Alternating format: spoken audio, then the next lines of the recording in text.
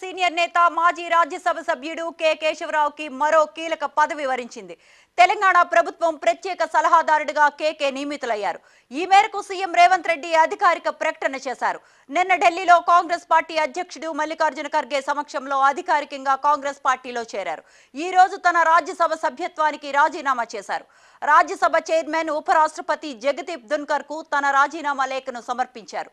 కేకే BRS నుంచి రాజ్యసభకు ఎంపికయ్యారు. పార్టీ మారితే ఆయనపై అనర్హత వేటు పడుతుంది. ఈ నేపథ్యంలోనే ఆయన తన రాజ్యసభ పదవికి రాజీనామా చేశారు.